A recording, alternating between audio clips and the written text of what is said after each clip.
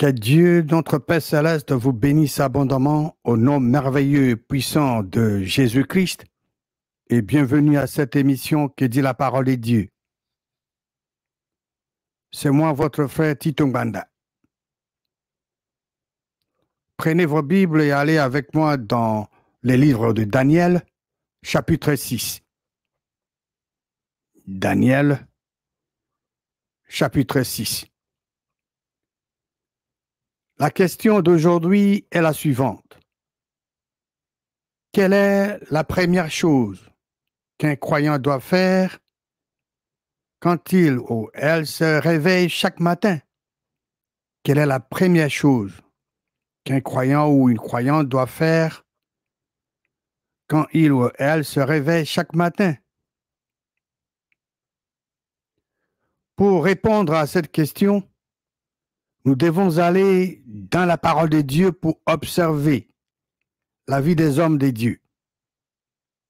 Qu'est-ce qu'ils faisaient quand ils se réveillaient le matin? Nous allons observer la vie des hommes de Dieu comme Daniel et David et la vie du Fils de Dieu, Jésus-Christ. Voyons d'abord la vie de l'homme de Dieu, Daniel.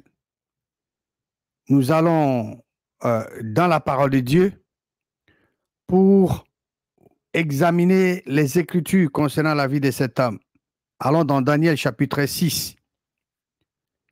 Le contexte de ce chapitre 6, nous allons voir que les hommes méchants avaient comploté contre Daniel. Ils étaient jaloux de lui. Il était un homme intègre. Il était aimé du roi. Ils ont tout essayé pour le faire tomber, ils n'ont pas pu. L'unique chose qui devait les aider à faire tomber Daniel, c'était d'aller sur son champ, là où il adorait son Dieu. Ils sont allés influencer le roi à signer un décret interdisant toute personne d'adorer son Dieu, excepté seulement d'adorer le roi. Et le roi a signé le décret. Et qu'est-ce qui est arrivé quand le décret était signé, quand Daniel avait appris cela? Qu'est-ce qu'il a fait? Daniel chapitre 6, verset 10, il est écrit: lorsque Daniel sut que le décret était écrit, il se retira dans sa maison où les fenêtres de la chambre supérieure étaient ouvertes dans la direction de Jérusalem, et 3 fois le jour. Combien de fois? 3 fois. Et 3 fois le jour, il se mettait à genoux, il priait et il louait son Dieu comme il le faisait auparavant. Le décret du roi n'a pas changé son attitude vis-à-vis de son Dieu. Daniel a continué de prier et de louer son Dieu comme il le faisait auparavant. Donc la parole de Dieu dit que Daniel priait et louait son Dieu 3 fois le jour. Mais la parole de Dieu ne nous dit pas les heures auxquelles Daniel priait son Dieu. La parole de Dieu ne nous donne pas ces détails. Voyons maintenant la vie de l'homme de Dieu, David, l'homme selon le cœur de Dieu. Vous savez, l'homme selon le cœur de Dieu, c'est l'homme qui accomplit toutes les volontés de Dieu. Allons dans Psaume, chapitre 5. Psaume, chapitre 5, nous allons lire le verset 1 à 4. Au chef de chantre, avec le flûte, psaume de David. Prête l'oreille à mes paroles. C'est David qui parle, qui s'adresse à Dieu. Prête l'oreille à mes paroles. Ô Éternel, écoute mes gémissements. David demande à Dieu d'écouter ses gémissements. Il demande à Dieu de prêter l'oreille à ses paroles. Verset 2. C'est David qui continue. Sois attentif à mes cris. Crier dans ce verset, ça fait allusion à la prière. Fait sois attentif à mes prières, mon roi et mon Dieu. C'est à toi que j'adresse ma prière. Voilà, ça vient d'être expliqué. Le mot cri, ou crier. Donc, verset 2, je reprends, sois attentif à mes cris, sois attentif à mes prières, mon roi et mon Dieu. C'est à toi que j'adresse ma prière. David adressait sa prière à qui? À Dieu. Verset 3. Éternel, le matin, tu entends ma voix. Comment Dieu entendait la voix de David le matin? David louait Dieu. David priait Dieu. Le matin, je me tourne vers toi et je regarde. David dit que le matin, Dieu entend sa voix. Le matin, David se tourne vers Dieu et David regarde. Dieu entendait la voix de David quand David priait Dieu, quand David louait Dieu. Le matin, David se tourne vers Dieu en priant et en louant Dieu. Verset 4. Car tu ne point un Dieu qui prenne plaisir au mal. Le méchant n'a pas sa demeure auprès de toi. David dit que Dieu ne prend pas plaisir au mal. Le seul vrai Dieu, les créateurs des cieux, de la terre, de la mer et de tout ce qui s'y trouve, Dieu de lumière, ne prend pas plaisir au mal. Il n'est pas l'auteur du mal. Le Dieu de ce siècle, le Dieu de ce monde, celui qui a plaisir, lui prend plaisir au mal. Parce que c'est lui qui est l'auteur du mal. Le méchant n'a pas sa demeure auprès de Dieu. Comme je venais de le dire, Dieu est lumière. Le méchant vit dans le ténèbre, il est dans le noir. Le méchant n'a pas sa demeure auprès de Dieu. Psaume 119, et nous allons lire le verset 147 et 148.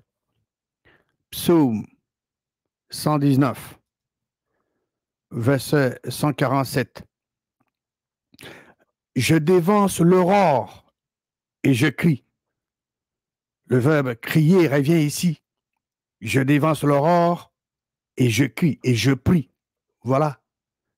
J'espère en tes promesses. David espérait en promesses de Dieu. Il les connaissait. Mais pour connaître les promesses de Dieu, quelqu'un doit lire la parole de Dieu. David le faisait. Nous sommes en train de voir la vie, nous sommes en train d'observer la vie des hommes de Dieu. Qu'est-ce qu'ils faisaient quand ils se réveillaient le matin? La première chose, nous sommes en train de chercher à savoir quelle était la première chose que ces hommes de Dieu faisaient. Oui, bien sûr, ils faisaient beaucoup de choses le matin, mais nous nous focalisons, nous concentrons notre effort d'aujourd'hui sur la première chose que les croyants devaient faire quand ils se réveillent le matin. Et aujourd'hui, nous n'allons pas parler beaucoup plus de la lecture de la parole de Dieu, cela viendra, mais nous sommes en train de voir, d'examiner la vie de l'homme selon le cœur de Dieu, David. Qu'est-ce qu'il faisait? Au verset 147 de Psaume 119, David dit ceci: je dévance l'aurore et je prie. J'espère en tes promesses. Verset 148, je dévance le veille et j'ouvre les yeux. Pour faire quoi?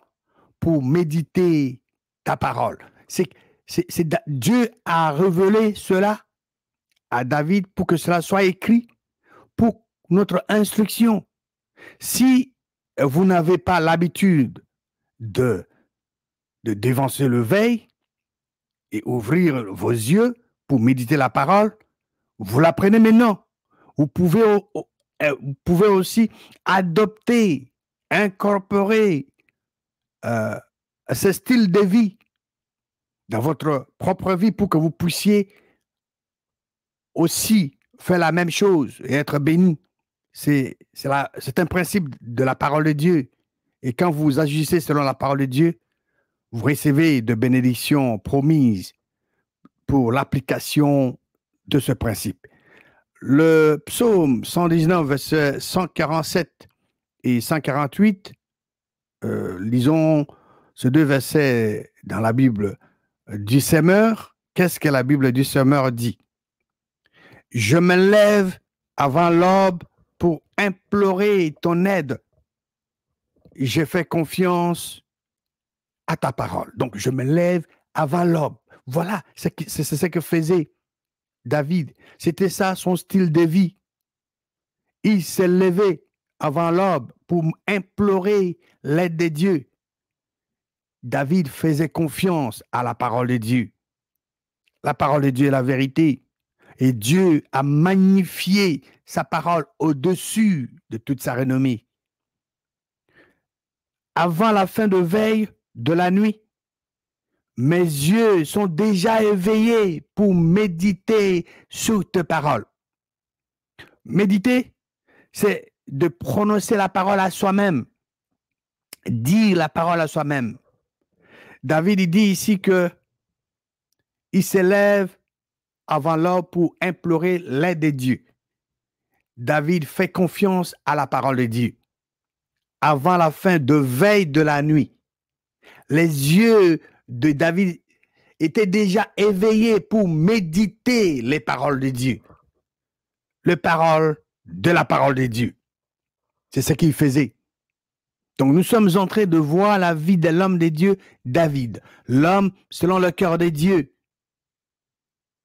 Dieu a dit dans sa parole que David était l'homme selon son cœur. Nous allons dans Psaume, chapitre 55. Psaume 55, où nous allons lire le verset 18.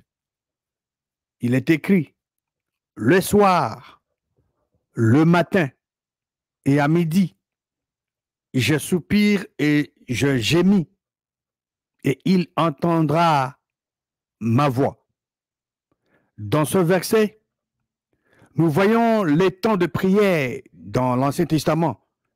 Quand nous avions lu Daniel, chapitre 6, verset 10, nous avions remarqué, nous avions observé que Daniel priait Dieu 3 fois le jour. Mais le temps n'était pas précisé. Mais dans ce psaume 55, 18, nous voyons la précision concernant le temps. C'est David dit le soir, le matin et à midi. Il soupire, il gémit. Et Dieu attend ou attendait sa voix. Donc, nous voyons ces temps sont là, 3. Et dans l'Ancien Testament, ils avaient ces heures pour prier, louer Dieu, le soir, le matin et à midi. David soupirait et David gémissait. Et Dieu attendait sa voix. Dieu attendait la voix de David à travers la prière de louange. Lisons chapitre 88, psaume 88, verset 14. Psaume 88, verset 14. Ô Éternel, j'implore ton secours. Et le matin, ma prière s'élève à toi. La parole de Dieu dit que le matin, David implorait les secours de l'Éternel. Comment il le faisait? Comment est-ce qu'il le faisait? À travers la prière, à travers la louange. Il louait Dieu, il priait Dieu. David élevait sa prière à l'Éternel. C'est écrit ici. David élevait sa prière à qui? À l'Éternel. L'Ancien Testament est pour notre instruction. Ce que nous sommes en train de lire, c'est pour notre instruction. Quand vous vous réveillez le matin, qui est premier dans votre vie?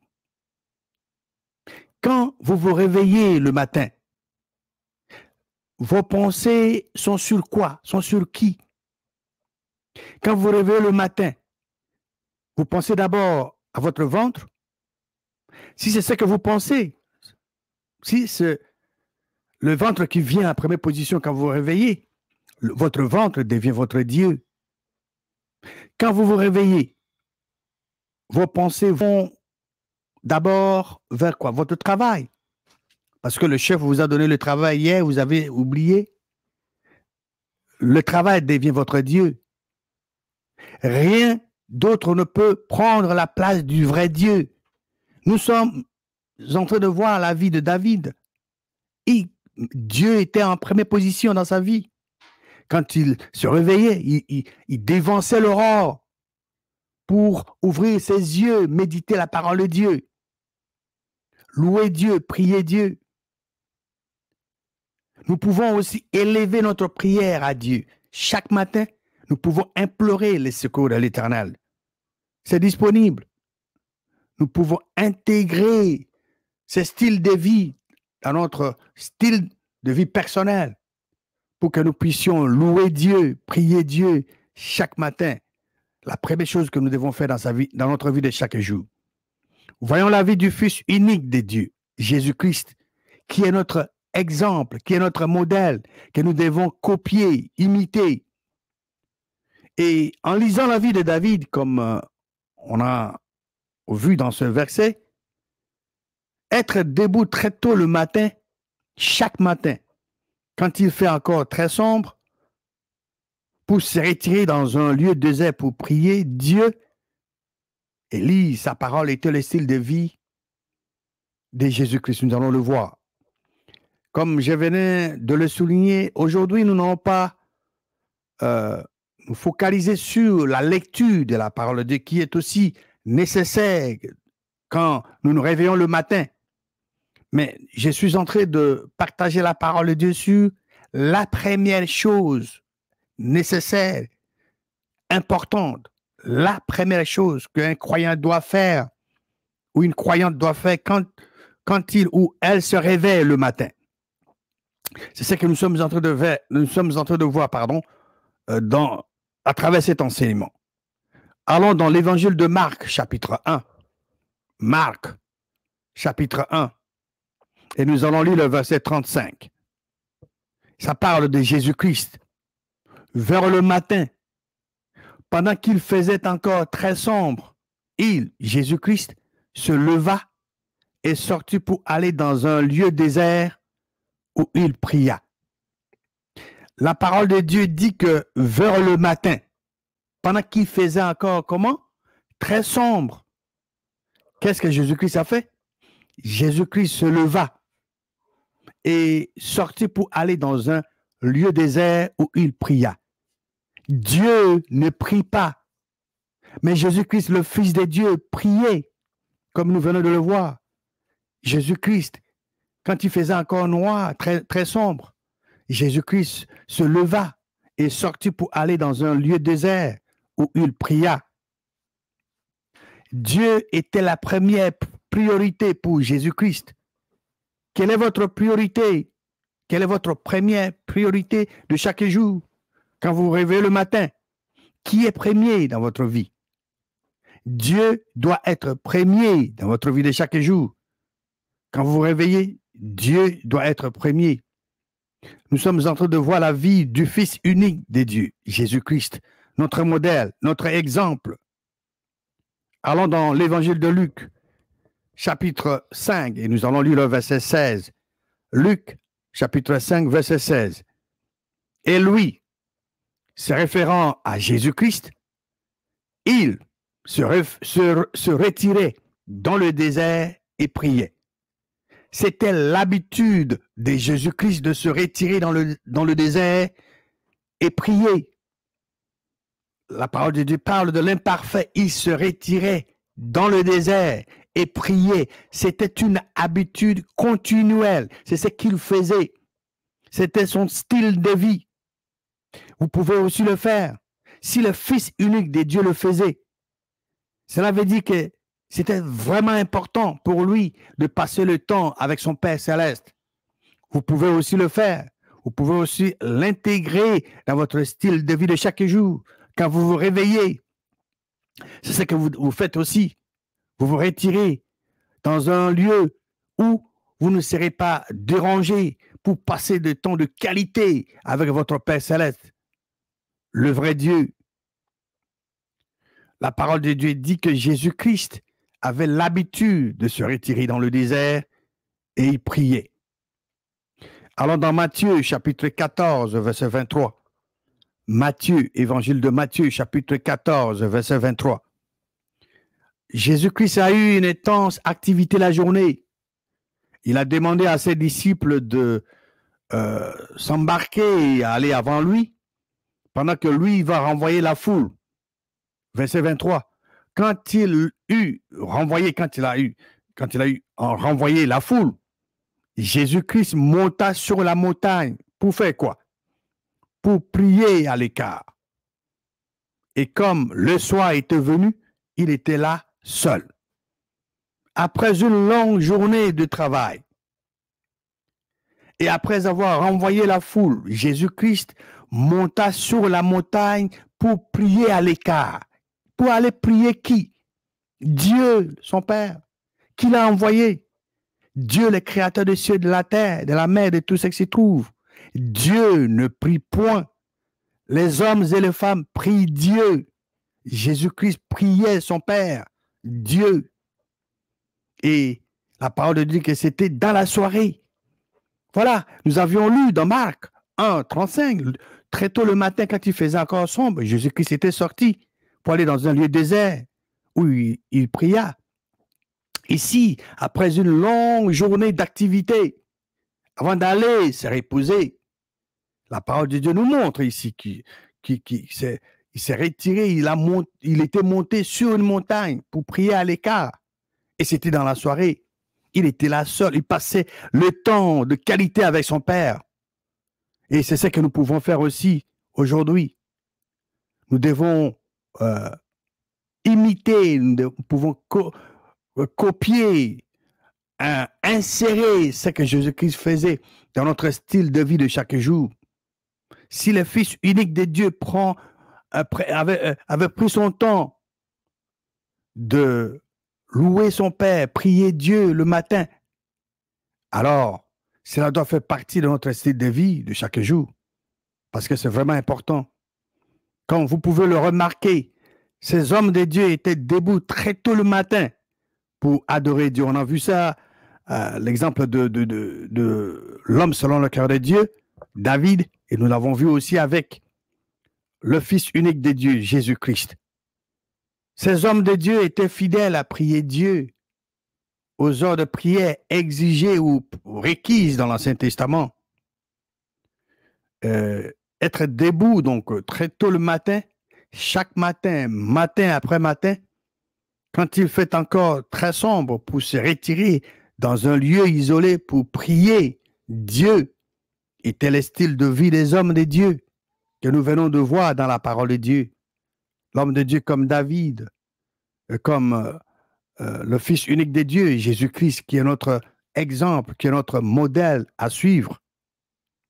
Aujourd'hui, nous sommes en train de considérer la vie de prière de ces hommes de Dieu. Prochainement, nous allons considérer l'aspect de la lecture quotidienne de la parole de Dieu.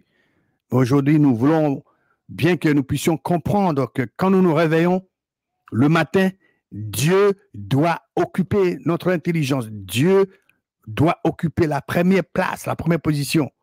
Pas quoi que ce soit, pas quelqu'un d'autre.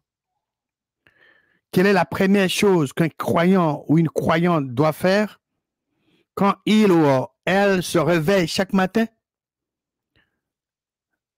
C'est la question que nous sommes en train de répondre.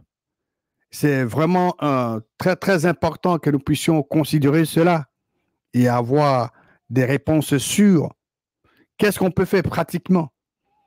Dès que vous vous réveillez, ma soeur, mon frère, dès que vous vous réveillez très tôt le matin, parlez en langue. C'est une prière parfaite et une adoration parfaite de Dieu. Pendant ce temps, vous devriez fixer votre intelligence sur Dieu pour pratiquer la présence de Dieu. Parler en langue est l'adoration véritable.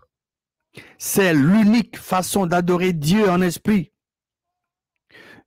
Jean chapitre 4, versets 23 et 24, Jésus-Christ a dit ceci dans ces deux versets. Mais l'heure vient, et elle est déjà venue où les vrais adorateurs adoreront le Père en esprit et en vérité, car ce sont là les adorateurs que le Père demande. Dieu est esprit, et il faut que ceux qui l'adorent en esprit et en vérité. Si vous voulez être le vrai adorateur du Père, vous devez l'adorer véritablement en esprit. Et l'unique façon d'adorer le Père en esprit est de parler en langue. Parler en langue, c'est parler à Dieu. C'est pourquoi chaque matin, prenez votre temps de parler avec Dieu, le Créateur, en parlant beaucoup en langue. 1 Corinthiens 14, verset 2 dit, « En effet, celui qui parle en langue ne parle pas aux hommes, mais à Dieu. » Si vous voulez parler directement à Dieu, parlez en langue. Et c'est l'unique manifestation qui va vous permettre de parler directement à Dieu.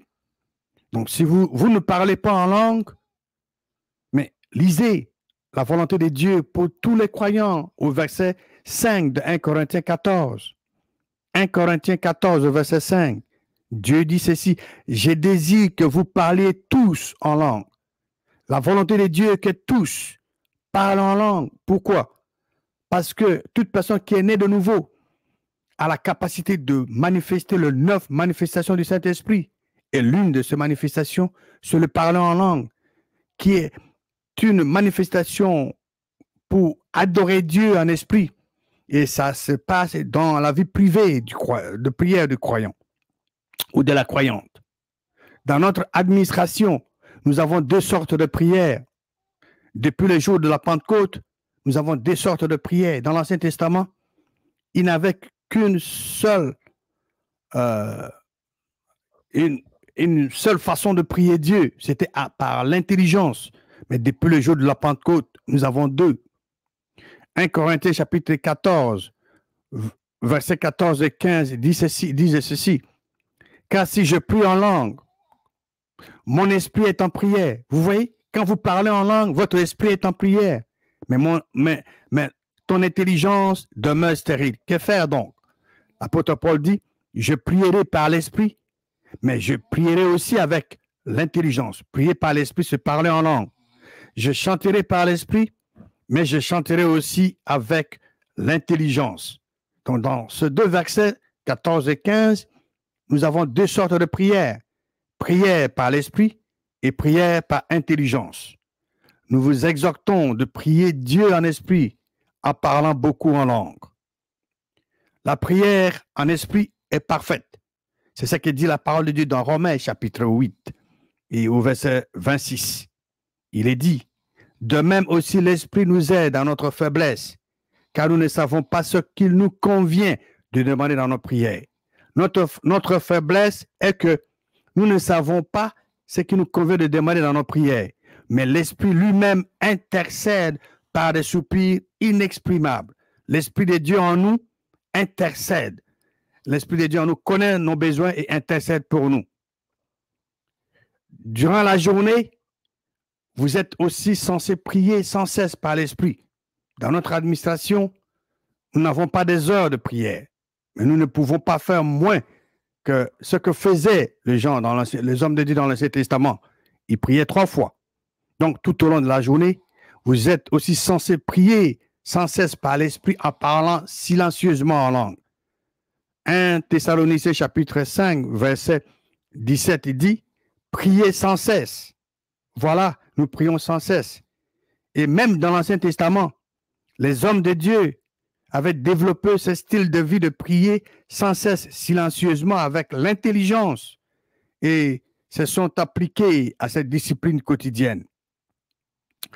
Dans Psaume 113, verset 3, version Darby, Psaume 113, verset 3, qui dit la parole de Dieu, « Du soleil levant jusqu'au couchant, que le nom de l'Éternel soit loué. » Donc, chaque matin, louons et prions Dieu quand nous nous réveillons.